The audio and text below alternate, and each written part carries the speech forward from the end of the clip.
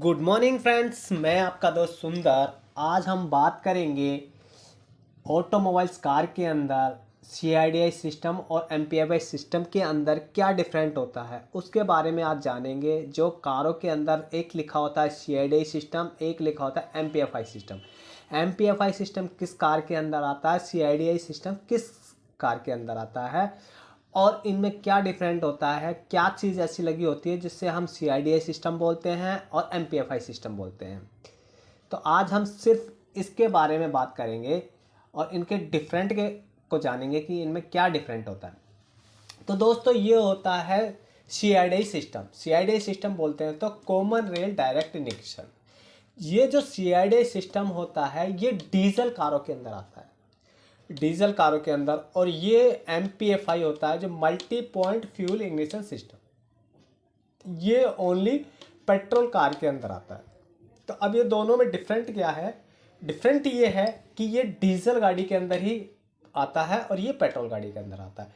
तो इसके अंदर CIDI सिस्टम होता है। पहले जो मैनुअली गाड़ी आती थी जिसमें हमारा पंप और नोजल लगा होता था, उनके अंदर क्या होता था कि पंप और नोजल के अंदर जो मैनुअली काम करता था, और ये जो MPFI सिस्टम के अंदर भी एक मैनुअली होता था जिसमें होता क्या था, एक कार्बोरेटर होता था, एक डिस्ट्रीब्यूटर होता था।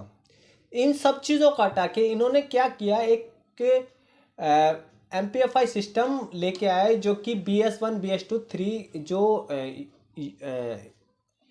नए जैसे ही कारों का चलन हुआ तो इन्होंने क्या किया कि इन कार्बोरेटर को हटाया और ये MPFI सिस्टम को लेकर आया। इन्होंने फ्यूल सिस्टम को हटाया, पंप को, मैनुअल पंप को हटाया और CIDI सिस्टम लेके आए। तो CIDI सिस्टम में क्या होता है, एक कॉमन रेल होती है, एक खाली रूटर पंप होता है। जो रूटर पंप क्या करता है, पीछे से तेल को खींच के नहीं और रेल के अंदर प्रेशर से एंट्री करा देता है। तो उसको ये जो CIDI सिस्टम होता है वो हमारा क्या होता है, ECM और ECU, इसके बारे में हम जान लेते हैं। ECM होता है जो पेट्रोल गाड़ी के लिए काम आता है और ECU होता है जो डीजल गाड़ी के लिए काम आता है।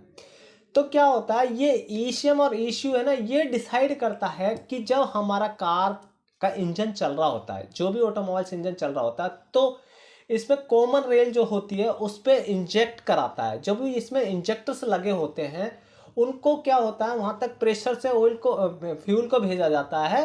और फ्यूल क्या होता है, ये ECM की कैलकुलेट करता है इंजन की स्पीड, इंजन की RPM को कैलकुलेट करके फ्यूल को जो इंजेक्टर्स लगे हैं उनको कमांड देता है, तब जाके वो फ्यूल हमारा इंजन के अंदर बर्न होता है।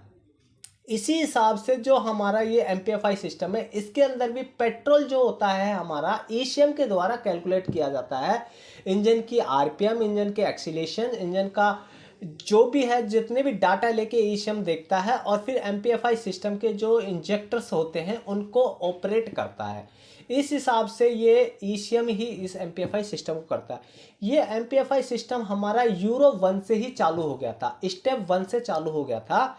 और जो स्टेप 0 था उनमें कार्बोरेटर इंजन आया करता था। इनमें MPFI, इनमें क्या क्या, कार्बोरेटर को हटा दिया, डिस्ट्रीब्यूटर को हटा दिया और आपका फ्यूल पंप को भी हटा दिया। तो ये चीज़ हटाने के बाद में MPFI सिस्टम लगाया गया जो इसको बोलते हैं multi point fuel ignition system.